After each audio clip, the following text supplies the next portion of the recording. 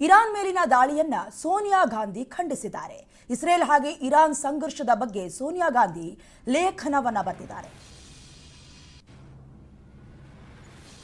Iran ಮೇಲಿನ ದಾಳಿಯನ್ನ ಸೋನಿಯಾ ಗಾಂಧಿ ಖಂಡಿಸಿದ್ದಾರೆ. Israel ಹಾಗೆ ಇರಾನ್ ಸಂಘರ್ಷದ ಬಗ್ಗೆ ಸೋನಿಯಾ ಗಾಂಧಿ ಲೇಖನ ಬರೆದಿದ್ದಾರೆ. ಇಂಗ್ಲಿಷ್ ಪತ್ರಿಕೆಗೆ ಸುದೀರ್ಘವಾದ ಲೇಖನವನ್ನ ಬರೆದು ಖಂಡಿಸ್ತಾ ಇರುವುದು ಇಸ್ರೇಲ್ ಪಿಎಂ ನೇತಾನ್ಯಾಹು ಶಾಂತಿಯನ್ನ ಕಡೆಗಣಿಸ್ತಾ ಇದ್ದಾರೆ, ಉಗ್ರವಾದ ಬೆಳೆಸ್ತಾ ಇದ್ದಾರೆ ಅಂತ ಸೋನಿಯಾ ಗಾಂಧಿ ಕಿಡಿಕಾರ್ತಾ ಇರುವುದು. ಟ್ರಂಪ್ ಕೂಡ ಅಪಾಯಕಾರಿ ಹಾದಿಯನ್ನ ಹಿಡಿದಿದ್ದಾರೆ. ಇರಾನ್ ಮೇಲಿನ ದಾಳಿಗೆ ಭಾರತ ಮೌನ ವಹಿಸ್ತಾ ಇದೆ, ಇದು ಭಾರತದ ರಾಜತಾಂತ್ರಿಕ ಸಂಪ್ರದಾಯಕ್ಕೆ ವಿರುದ್ಧ ಹೀಗಂತ ಲೇಖನದಲ್ಲಿ ಪಿಎಂ ಮೋದಿಯನ್ನ ಕೂಡ ಸೋನಿಯಾ ಗಾಂಧಿ ಟೀಕಿಸ್ತಾ ಇದ್ದಾರೆ. ಒಂದು ವಿಚಾರವನ್ನ ನಾವು ಇಲ್ಲಿ ನೆನಪಿನಲ್ಲಿ ಇಟ್ಕೊಳ್ಬೇಕು. ಭಾರತ ಒಂದು ಕಡೆ ಇರಾನ್ ಜೊತೆ ಹಾಗೆ ಇಸ್ರೇಲ್ ಜೊತೆ ಎರಡೂ ಉಭಯ ದೇಶಗಳ ಜೊತೆ ಸಂಬಂಧವನ್ನ ತುಂಬಾ ಚೆನ್ನಾಗಿ ಇಟ್ಕೊಂಡಿದೆ. ಇದಕ್ಕೆ ಸಾಕ್ಷಿ ಅಂತ ಹೇಳಿದ್ರೆ ಇರಾನ್ನಲ್ಲಿ ಸಿಲುಕೊಂಡಿದ್ದಂತಹ ಕೆಲವೊಂದಷ್ಟು ಕನ್ನಡಿಗರನ್ನ ಸೇರಿದಂತೆ ಭಾರತೀಯರನ್ನ ಕೂಡ ಸುರಕ್ಷಿತವಾಗಿ ಕಳುಹಿಸಿಕೊಟ್ಟಿತ್ತು. ಹಾಗಾಗಿ ಭಾರತ ಇದರ ಮಧ್ಯದಲ್ಲಿ ಇರಾನ್ನ ಪರವಾಗಿ ಅಥವಾ ಇಸ್ರೇಲ್ನ ಪರವಾಗಿ ನಾವು ನಿಮ್ಮ ಪರವಾಗಿ ಇದ್ದೀವಿ ಅನ್ನುವಂತಹ ಸಂದೇಶವನ್ನು ಅಷ್ಟು ಈಸಿಯಾಗಿ ಸಾರೋದಕ್ಕೆ ಸಾಧ್ಯ ಇಲ್ಲ.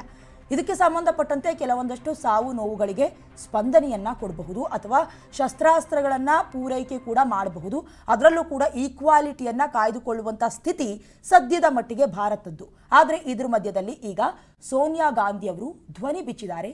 ಇಂಗ್ಲಿಷ್ ಪತ್ರಿಕೆಗೊಂದಿಗೆ ಒಂದು ಲೇಖನವನ್ನ ಕೂಡ ಬರ್ಕೊಂಡಿದ್ದಾರೆ. ಅದರಲ್ಲಿ ತೀವ್ರವಾಗಿ ಖಂಡಿಸ್ತಾ ಇರುವುದು ಒಂದು ಕಡೆ ನರೇಂದ್ರ ಮೋದಿ ಅವರನ್ನ, ಮತ್ತೊಂದು ಕಡೆ ಡೊನಾಲ್ಡ್ ಟ್ರಂಪ್ ಅವರ ನಡೆಯನ್ನ. ಅಂದ್ರೆ ಪದೇ ಪದೇ ಈ ರೀತಿಯಾದಂಥ ದಾಳಿಯಾದಾಗ ಸಾವು ನೋವಿನ ಪ್ರಮಾಣಗಳು ಜಾಸ್ತಿಯಾಗತ್ತೆ. ಹೀಗಾಗಿ ಇಂಗ್ಲಿಷ್ ಪತ್ರಿಕೆಯ ಸುದೀರ್ಘ ಲೇಖನವನ್ನ ಬರೆದು ಖಂಡಿಸ್ತಾ ಇದ್ದಾರೆ. ಇಸ್ರೇಲ್ನ ಪಿಎಂ ನೇತಾನ್ಯಾಹು ಶಾಂತಿಯನ್ನ ಕಡೆಗಣಿಸ್ತಾ ಇದ್ದಾರೆ. ಯುದ್ಧ ಅಂತ ಹೇಳಿದ್ರೆ ಅದು ಭಾರತದ ರೀತಿ ಶಾಂತಿಯಿಂದ ನಡೆಸೋದಕ್ಕೆ ಯಾವ ರಾಷ್ಟ್ರಕ್ಕೂ ಸಾಧ್ಯ ಇಲ್ಲ. ಇದಕ್ಕೆ ಸಂಬಂಧಪಟ್ಟಂತೆ ಏನೋ ಗಡಿ ರಾಷ್ಟ್ರಗಳು ಅಂತ ಹೇಳಿದ್ರೆ ಶಾಂತಿ ಸಂಧಾನವನ್ನ ಮಾಡಬಹುದು. ಫಾರ್ ಎಕ್ಸಾಂಪಲ್ಗೆ ಭಾರತ ಹಾಗೆ ಪಾಕಿಸ್ತಾನದ ನಡುವೆ ಆದಂತಹ ಕೆಲವೊಂದಷ್ಟು ಯುದ್ಧಗಳನ್ನ ನಾವು ನೆನಪಿಸ್ಕೊಳ್ಬೇಕಾಗತ್ತೆ. ಆದರೆ ಇಸ್ರೇಲ್ ಹಾಗೆ ಇರಾನ್ ಆ ರೀತಿಯ ರಾಷ್ಟ್ರಗಳಲ್ಲ. ಅದರ ಮಧ್ಯೆ ಹಲವಾರು, ಅದರಲ್ಲೂ ಮುಸ್ಲಿಂ ರಾಷ್ಟ್ರಗಳಿದೆ. ಈ ಹಿಂದೆಯಿಂದ ಕೂಡ ಇಸ್ರೇಲ್ಗೆ ಆ ಸುತ್ತುವರೆದಂತಹ ಕೆಲವೊಂದಷ್ಟು ಮುಸ್ಲಿಂ ರಾಷ್ಟ್ರಗಳು, ಅದರಲ್ಲೂ ಪ್ಯಾಲೆಸ್ತೇನ್, ಕೆಲವೊಂದಷ್ಟು ರಾಷ್ಟ್ರಗಳು, ಅದರಲ್ಲೂ ಗಾಜಾ ಪಟ್ಟಿಯಲ್ಲಿರುವಂತಹ ರಾಷ್ಟ್ರಗಳು ಪದೇ ಪದೇ ಯುದ್ಧವನ್ನ ಸಾರ್ತಾ ಬಂದಿದೆ. ಆದರೆ ಇಲ್ಲಿವರೆಗೂ ಆ ಪುಟ್ಟ ರಾಷ್ಟ್ರ ಯಾವುದಕ್ಕೂ ಎದುರುಕೊಳ್ಳುವಂತಹ ಅಥವಾ ಕುಗ್ಗುವಂತಹ ಕೆಲಸವನ್ನ ಮಾಡಿಲ್ಲ. ತನ್ನದೇ ಆದಂತಹ ತಾಂತ್ರಿಕತೆ, ತನ್ನದೇ ಆದಂತಹ ಅತ್ಯಾಧುನಿಕ ಮಿಸೈಲ್ಗಳನ್ನು ಬಳಸಿಕೊಂಡು ಯುದ್ಧವನ್ನ ಸಾರ್ತಾನೆ ಬಂದಿದೆ. ಆದರೆ ಇದೀಗ ಕೇವಲ 12 ದಿನಗಳಿಗೆ ಆಗುವಷ್ಟು ಮಿಸೈಲ್ಗಳನ್ನು ಮಾತ್ರ ಬಾಕಿ ಉಳಿಸ್ಕೊಂಡಿದೆ. ಯಾವ ಕಾರಣಕ್ಕೆ?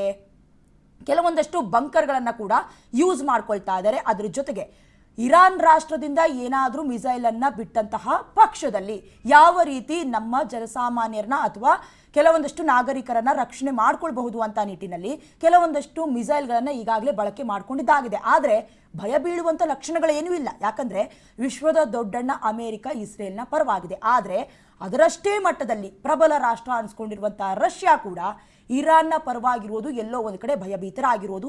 ಇದರ ಮಧ್ಯದಲ್ಲಿ ಸೋನಿಯಾ ಗಾಂಧಿ ಅವರು ಕೂಡ ಈ ವಿಚಾರದಲ್ಲಿ ಎಲ್ಲೋ ಒಂದು ಕಡೆ ಮೂಗು ತೂರಿಸಿದ್ದಾರೆ. ಯಾವ ರೀತಿ? ಇಸ್ರೇಲ್ ಹಾಗೆ ಇರಾನ್ ಸಂಘರ್ಷದ ಬಗ್ಗೆ ಸುದೀರ್ಘವಾದಂಥ ಲೇಖನವನ್ನ ಇಸ್ರೇಲ್ ಪತ್ರಿಕೆಗೆ ಬರೆದಿದ್ದಾರೆ. ಇದರಲ್ಲಿ ಉಗ್ರವಾಗಿ ಇಸ್ರೇಲ್ ಪಿಎಂ ನೇತಾನ್ಯಾಹುವನ್ನ ಕಡೆಗಣಿಸ್ತಾ ಇದ್ದಾರೆ ಅಥವಾ ಟೀಕಿಸ್ತಾ ಇದ್ದಾರೆ. ಇದರ ಭರದಲ್ಲಿ ಪಿಎಂ ನರೇಂದ್ರ ಮೋದಿ ಅವರನ್ನ ಕೂಡ ಟೀಕಿಸ್ತಾ ಇದ್ದಾರೆ. ಅಂದ್ರೆ ಇರಾನ್ ಮೇಲಿನ ದಾಳಿಗೆ ಭಾರತ ಮೌನ ವಹಿಸ್ತಾ ಇದೆ ಅಂತ. ಇನ್ನೊಂದು ಕಡೆ ಈಗ ಒಂದು ಕಡೆ ಹೇಳ್ತಾ ಇದ್ವಿ ಎರಡೂ ಕಡೆ ಸಂಬಂಧ ಚೆನ್ನಾಗಿದೆ ಅಂತ, ಮತ್ತೊಂದು ಕಡೆ ಈಗ ಇಂಧನದ ವಿಚಾರವನ್ನ ಕೂಡ ನಾವು ಗಮನದಲ್ಲಿ ಇಟ್ಕೊಳ್ಬೇಕಾಗತ್ತೆ. ಹೇಳಬೇಕು ಅಂದ್ರೆ ವಿಶ್ವದ 80% ದೇಶಗಳು ಇರಾನ್ ಹಾಗೆ ಇಸ್ರೇಲ್ ಅಥವಾ ಅರಬ್ ಕಂಟ್ರಿಯನ್ನೇ ಮೆಚ್ಕೊಂಡಿರೋದು ಅಥವಾ ನೆಚ್ಕೊಂಡಿರೋದು. ಅಂದ್ರೆ ಆ ರಾಷ್ಟ್ರಗಳ ಬೆಂಬಲ ಇಲ್ಲದೆ ಯಾವುದೇ ವಾಹನಗಳು ಓಡಾಡೋದಕ್ಕೂ ಸಾಧ್ಯ ಇಲ್ಲ. ಎಲ್ಲವನ್ನ ಕೂಡ ತಾಳೆ ಹಾಕಬೇಕಾಗತ್ತೆ, ಲೆಕ್ಕಾಚಾರದಲ್ಲಿ ಇರಬೇಕಾಗತ್ತೆ. ಹಾಗಾಗಿ ನರೇಂದ್ರ ಮೋದಿ ಅವರು ಕೂಡ ಈ ಯುದ್ಧಕ್ಕೆ ಸಂಬಂಧಪಟ್ಟಂತೆ ಇಲ್ಲಿವರೆಗೂ ಯಾವುದೇ ರಿಯಾಕ್ಷನ್ ಅನ್ನ ಕೊಟ್ಟಿಲ್ಲ. ಇದ್ರ ಮಧ್ಯದಲ್ಲಿ ಸೋನಿಯಾ ಗಾಂಧಿ ಅವರು ಕೂಡ ಉಗ್ರವಾದವನ್ನ ಬೆಳೆಸ್ತಾ ಇದ್ದಾರೆ ಅಂತ ಕಿಡಿಕಾರ್ತಾ ಇದ್ದಾರೆ. ಇರಾನ್ ಮೇಲಿನ ದಾಳಿ ಬಗ್ಗೆ ಭಾರತ ಮೌನ ವಹಿಸಿರೋದನ್ನ ಟೀಕಿಸ್ತಾ ಇದ್ದಾರೆ. ಇದು ಭಾರತದ ರಾಜತಾಂತ್ರಿಕ ಸಂಪ್ರದಾಯಕ್ಕೆ ವಿರುದ್ಧವಾಗಿರೋದು ಅಂತ ಬೇಸರವನ್ನ ಹೊರಹಾಕ್ತಾ ಇದ್ದಾರೆ.